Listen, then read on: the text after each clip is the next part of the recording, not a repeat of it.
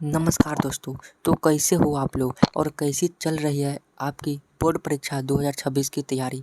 मैं उम्मीद करता हूं कि आप लोग मस्त होंगे। तो मेरे भाई, आपका सेंटअप एग्ज़ाम का डेट जारी हो गया है। 19 तारीख से सेंटअप एग्ज़ाम है और पहला दिन हिंदी का पेपर है। तो आज मैं हिंदी का most important objective question book plus grammar कराने वाला हूँ, जो आपके सेंटअप एग्ज़ाम के दृष्टिकोण से बहुत बहुत ज़्यादा इंपॉर्टेंट है।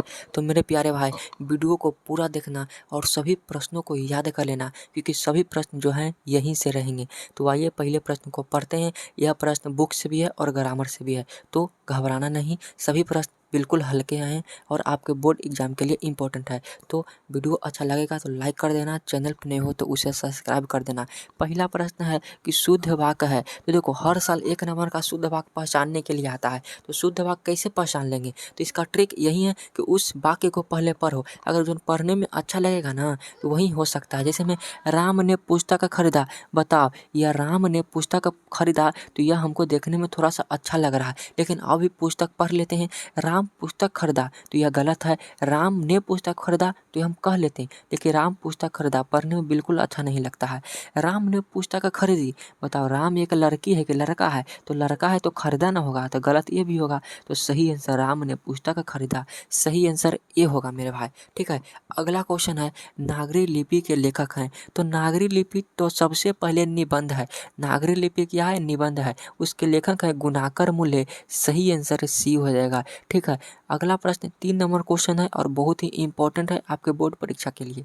बहादुर का पूरा नाम है। तो बहादुर का पूरा नाम दिल बहादुर है। बहादुर के नाम से दिल शब्द किसने उड़ा दिया था? तो लेखक की जो पत्नी थी निर्मला, उसने उड़ा दी थी। अगला क्वेश्चन, परिमाणवाचक विशेषण है। तो परिमाण मतलब आपको क्या लग रहा है? नया जो है वह एक गुणवाचक विशेषण है। 5 है जो संख्या है। सुंदर भी एक गुण है, लेकिन थोड़ा सा जो है मेरे भाई वह परिमाण है कि थोड़ा सा दूध लाओ, 1 लीटर दूध लाओ। ठीक है, तो परिमाण है। परंपरा का ज्ञान किनके लिए आवश्यक है? तो परंपरा का ज्ञान जो है वो ऐसे व्यक्तियों के लिए आवश्यक है जो लकीर का फकीर नहीं बनाते और साहित्य साहित्य की रचना करना चाहते हैं। तो सही आंसर सी हो जाएगा।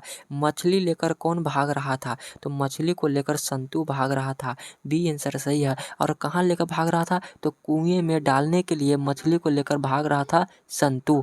नेक्स्ट क्वेश्चन 7 नंबर प्रश्न मेरे भाई कहता है कि किस हिंदी भाषा की लिपि क्या है? तो हम लोग देवनागरी लिपि पढ़ते हैं और सभी शब्द हैं जो देवनागरी लिपि में ही लिखी जाती है। तो हिंदी भाषा का शब्द भी देवनागरी लिपि होगा। और देवनागरी लिपि के लेखक कौन है? तो गुणाकर मूल्य जी। बिरजू महाराज के चाचा का नाम क्या था? बहुत इंपॉर्टेंट क्वेश्चन है। तो बिरजू महाराज के चाचा का नाम शंभू महाराज था। ये आंसर बिल्कुल सही हो जाएगा। जारा शाही कहाँ थी? तो मेरे भाई, जारा शाही जो है वो रूस में थी, रूस में पड़ती है। दोहा कोश किसकी रचना है? तो दोहा कोश जो है वो सर हपाद की रचना है। इंपॉर्टेंट प्रश्न है। तो मेरे दोस्त, सभी प्रश्न आपके लिए मोस्ट इंपॉर्टेंट है, इसलिए सभी प्रश्नों को याद कर लेना।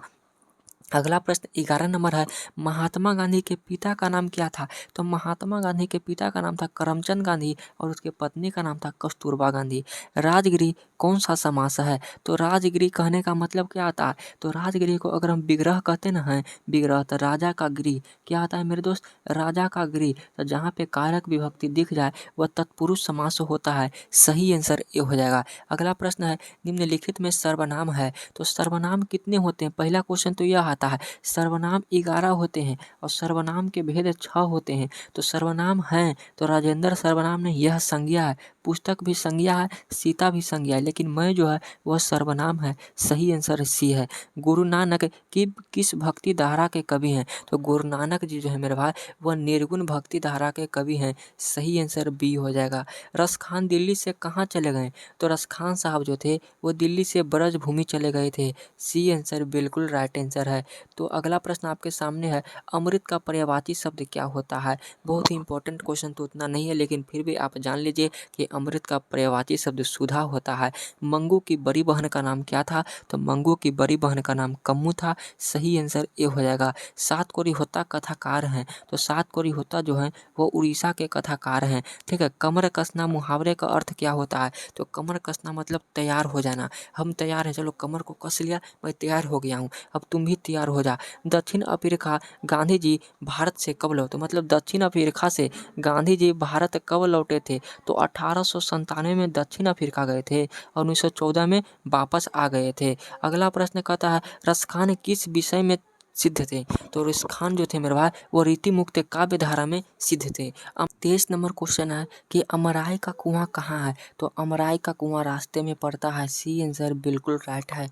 पप्पाती की उम्र क्या थी? तो पप्पाती की उम्र 12 वर्ष है। ए आंसर बिल्कुल सही आंसर हो जाएगा। सीता रुआंसी क्यों हो गई? तो मेरे भाई सीता यह धरती कब तक घूमेगी की कहानी है, जिसके लेखक हैं साबर दैया। तो मेरे भाई सीता रुआंसी हो गई थी अपना काला ओढ़ना को देखकर। बहादुर अपने घर से क्यों भाग गया था? तो मेरे भाई माँ के मार के कारण भाग गया था। सी आंसर बिल्कुल सही है। बिरजू महाराज किस शैली के नर्तक थे? बिरजू महाराज तो मेरे भाई वह भारतनाट्यम के थे। कथक या भारतनाट्यम होगा। अशोक वाजपेयी का जन्म कब हुआ था? तो 16 जनवरी 1941 को हुआ था। बिलनब क्या है? तो एक छोटा सा गाँव है। क्या एक छोटा सा गाँव है बिलनब। हमारी नींद कविता कहाँ से ली गई है? तो दृश्चक में सरसता से ली गई है। हमारी नींद के लेखक कौन है? तो बीरेन डगवाल जी हैं। मेघदूत का जर्मन भाषा में अनुवाद किसने कहलाया था? तो मेघदूत एक जर्मनी शब्द की है जिसका अनुवाद कराने वाले व्यक्ति थे मैक्स मुलर। मगम्मा को किससे विवाद था? तो अपने बहू नजम्मा से विवाद थी। लक्ष्मी के पिता का नाम क्या है? तो लक्ष्मी के पिता पति का नाम, सॉरी यहाँ लक्ष्मी के पिता नहीं है लक्ष्मण, पति का नाम लक्ष्मण। नेक्स्ट क्वेश्चन, किस नदी के बांध के नीचे लक्ष्मी का घर था? तो मेरे पास देवी नदी का एक बांध था, वहीं के नीचे उसी के नीचे उसके किसकी घर था? लक्ष्मी का घर था। तो सही आंसर डी हो जाएगा। पप्पाती बेहोश क्यों पड़ी थी? तो पप्पाती जो थी तेज बुखार के कारण बेहोश हो गई थी। सही आंसर बी है। शुद्ध वाक्य है तो प्राकृतिक शुद्ध बिल्कुल शुद्ध है। ऐसा नहीं लिखा था, ऐसा नहीं बल्कि सही आंसर ए। परिश्रम में उपसर्ग है तो उपसर्ग किसी भी शब्द के पहले तो परि उपसर्ग हो जाएगा।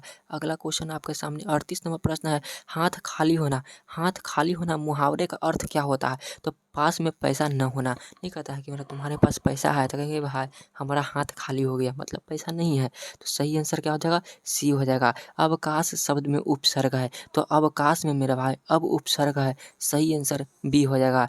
हिरोशिमा किस देश में है? तो हिरोशिमा जो है वो मेरा भाई किस देश में है? तो जापान देश में। हिरोशिमा पर ही कि परमाणु बम पटका गया था। लास्ट क्वेश्चन 41 है। शिक्षा और संस्कृति किसकी रचना है? तो महात्मा गांधी की रचना है। प्यारे मित्र ये 41 क्वेश्चन मैंने करा दिया और मैं आपसे यह पूछता हूँ कि आपका 41 में से कितना सही हुआ?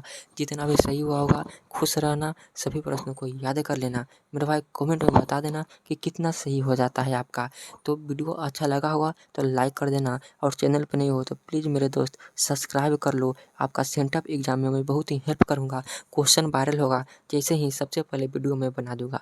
तो मिलते हैं इस तरह के अगले वीडियो में। सेंटअप एग्जाम देना जरूर देना। जय हिंद, वंदे मातरम।